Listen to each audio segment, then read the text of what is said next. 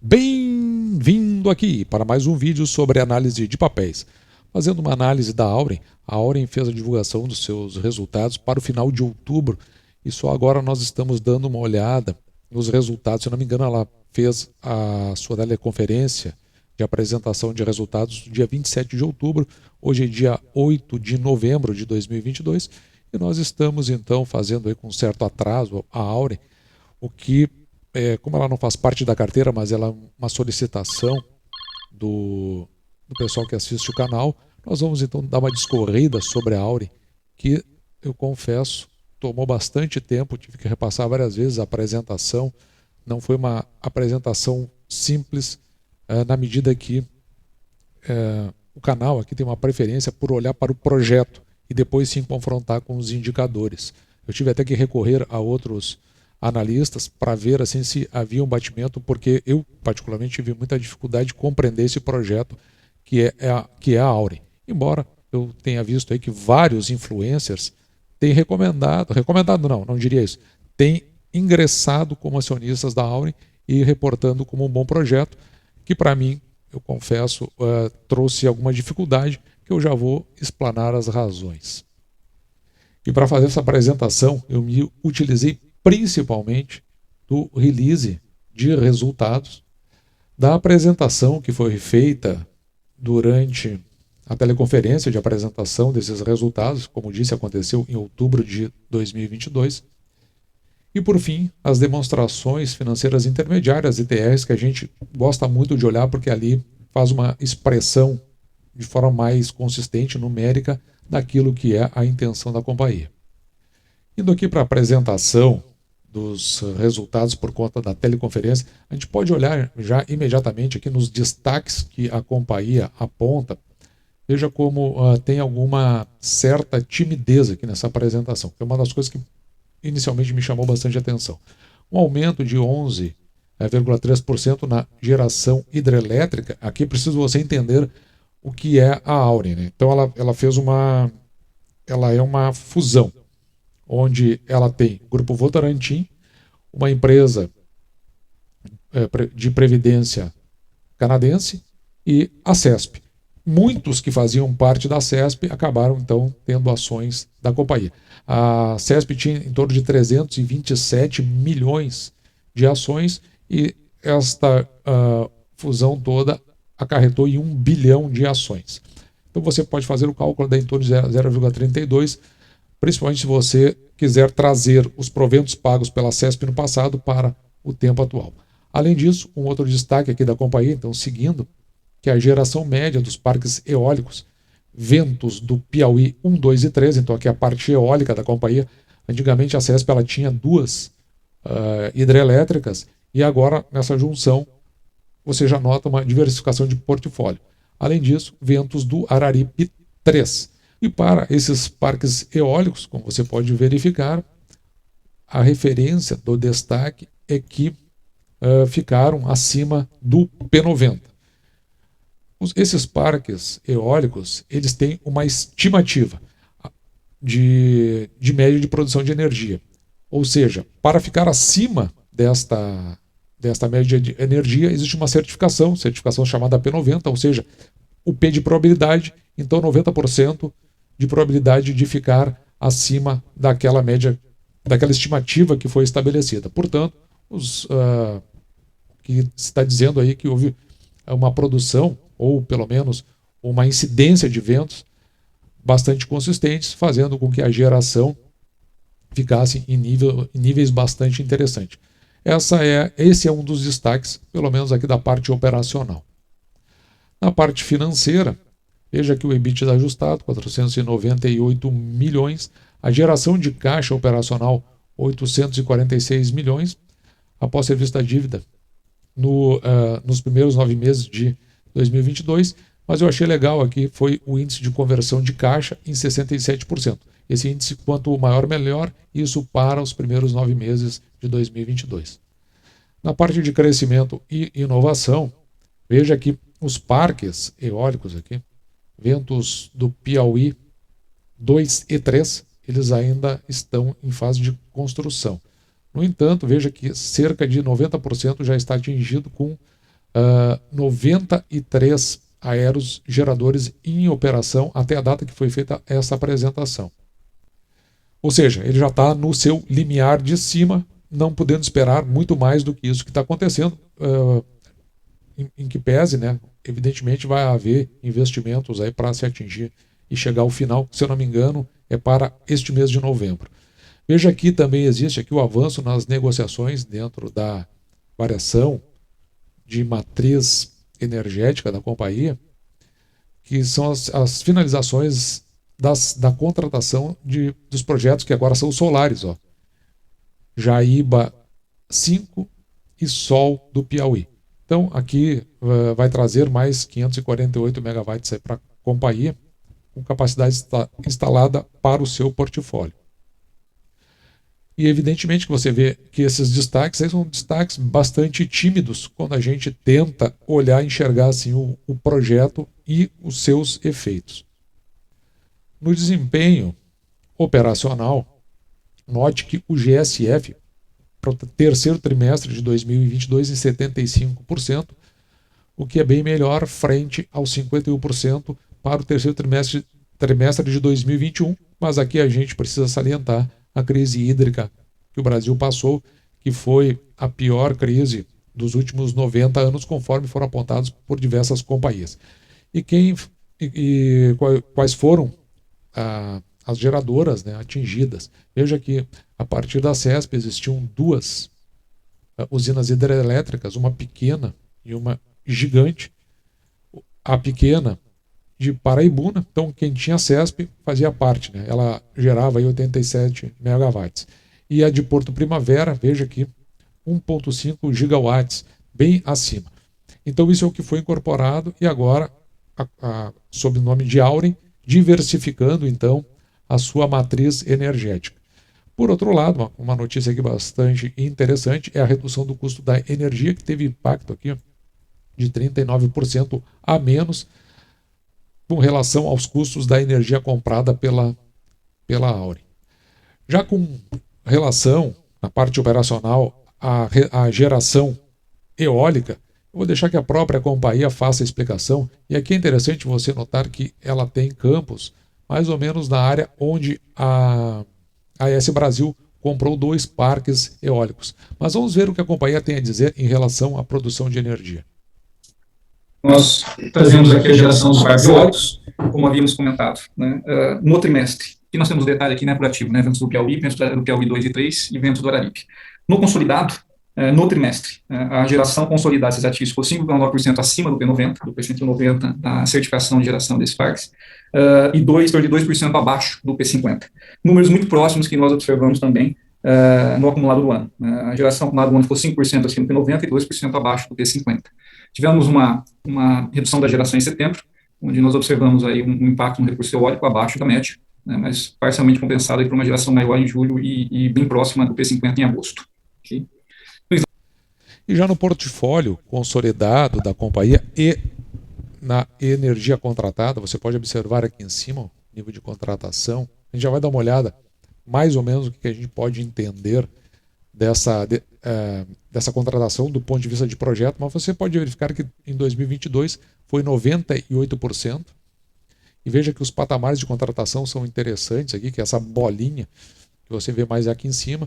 E a partir aqui de 2027 a 2032, já com 65%. O nível de contratação da companhia é de aproximadamente 90% até 2026. E como eu tinha dito ali anteriormente, acima de 65% na média de contratação no período de 2027 a 2032. A companhia conta hoje com mais de 700 clientes. E para a gente entender um pouco melhor isso, eu estou aqui no release da companhia, que eu tive que me utilizar muito desse release para poder compreender. Aqui na página 20, nós vamos dar uma olhada, que é o perfil de contratação da companhia. Você pode dar uma olhada aqui embaixo, que existe uma parte cinza aqui, ó, que é o mercado regulado, que é a parte de contratação aqui da companhia. Isso aqui está em megawatt médio. Mas veja que a força nesse azul está no mercado livre. Então aqui você já começa a entender como é que a companhia pretende se portar no mercado enquanto fornecedora, indo na linha do Mercado Livre, que é a maior parte contratado. Então, se você vai investir na companhia, você precisa ter claro aonde que está o foco dos clientes da Auren aqui no caso. Você precisa entender bem esse projeto. E eu confesso para você que é um projeto assim que ainda não ficou aberto na minha mente, pelo menos.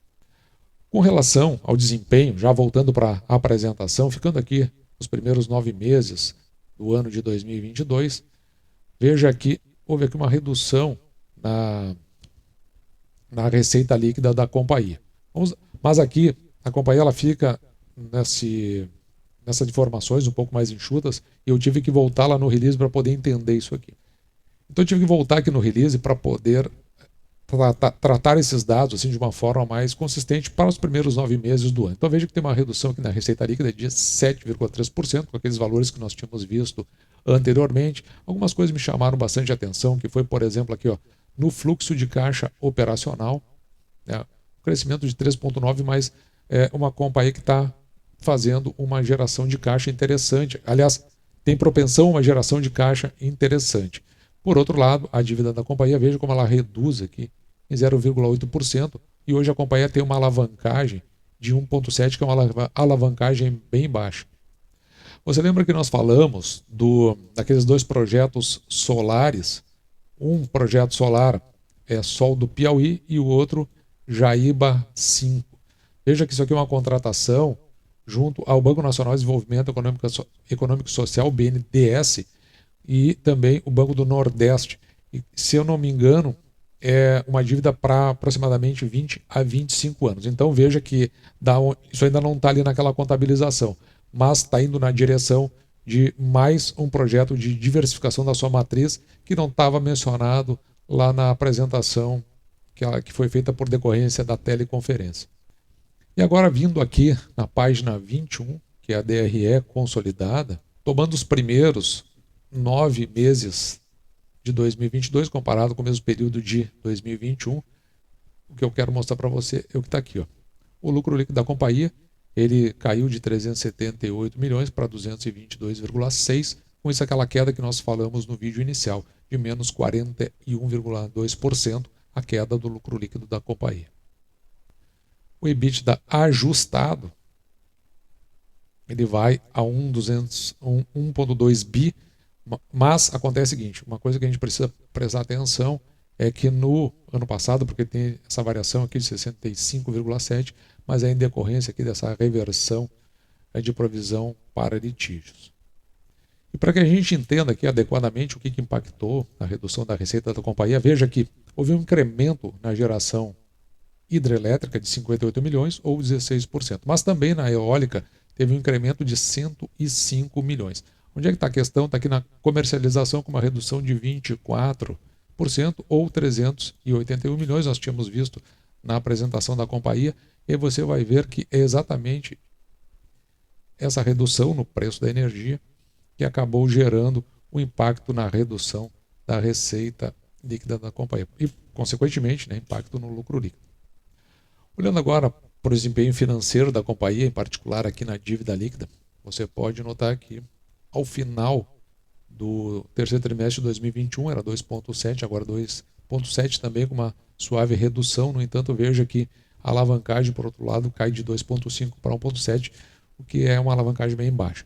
O maior impacto decorrente da redução dessa alavancagem vem aqui por conta do que a companhia tem em caixa, 3,1 bi. E veja que o prazo aqui de amortização da dívida é de médio aqui, o médio é de 7 anos. Mas veja que é uma dívida bem confortável, talvez excetuando aqui em 2024, onde tenha um impacto maior aqui no pagamento, mas mesmo assim é um impacto bem baixo. Voltando para o release, a gente pode verificar aqui que atualmente a dívida bruta da companhia é de 5,8 bi, enquanto que no final do ano passado, de 2021, era de 4,3. O que chama a atenção é exatamente esse parágrafo, onde você vai ver assim, que a posição de caixa, de equivalente em caixa, que é daqueles 3,1 bilhões, o que dá uma tranquilidade e impacta bastante na alavancagem da companhia, ela foi de 3,1 bi, quando o ano passado, no final do ano, era de 1,7. Mas por que houve esse avanço, porque veja que o controlador aqui, a CPP Investments, em fevereiro de 2022, ela, dentro do processo de reorganização, ela fez um aporte aqui, ó, de 1,5 bilhões.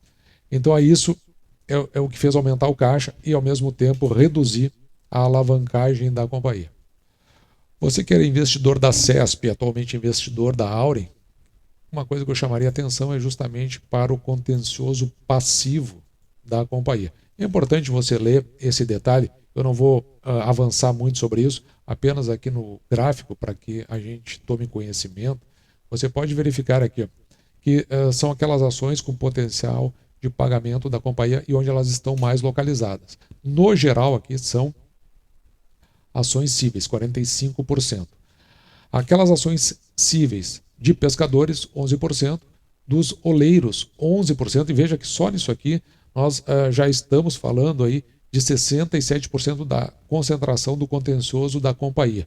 Os demais aqui é a questão ambiental, 14%, os impactos, vai ter que pagar por isso, tributos, 15%.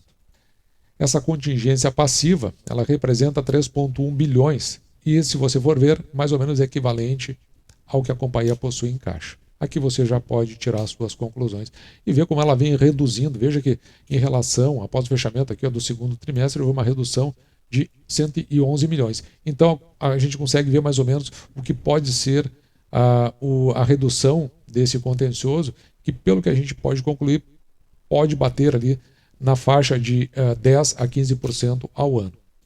Portanto, olhando para frente, dentro de um projeto, pode ser que de 10 a 15 anos a companhia venha a suplantar esse passivo contencioso, mas tem uma notícia positiva nisso tudo. Desses 3,1 bilhões, 1,4 é apenas, né, entre aspas, esse apenas, 1,4 é que tem a probabilidade de perda estimada como provável. E para fechar, vamos ver o que a companhia tem a dizer quando o assunto é dividendos. Consegue me ouvir? Conseguimos, Daniel. Ok. Não, eu gostaria que vocês comentassem um pouquinho sobre a alocação de capital, né?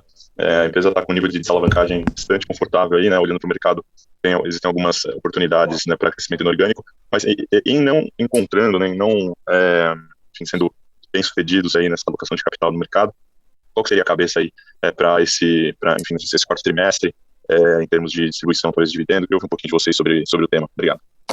Ok, Daniel, obrigado pela pergunta. Esse é um tema que nós temos também sido questionados, né, no mercado em relação ao momento, né, a estrutura de capital, que ela não é ótima hoje da companhia, bastante caixa vis-à-vis aí o pagamento de dividendos.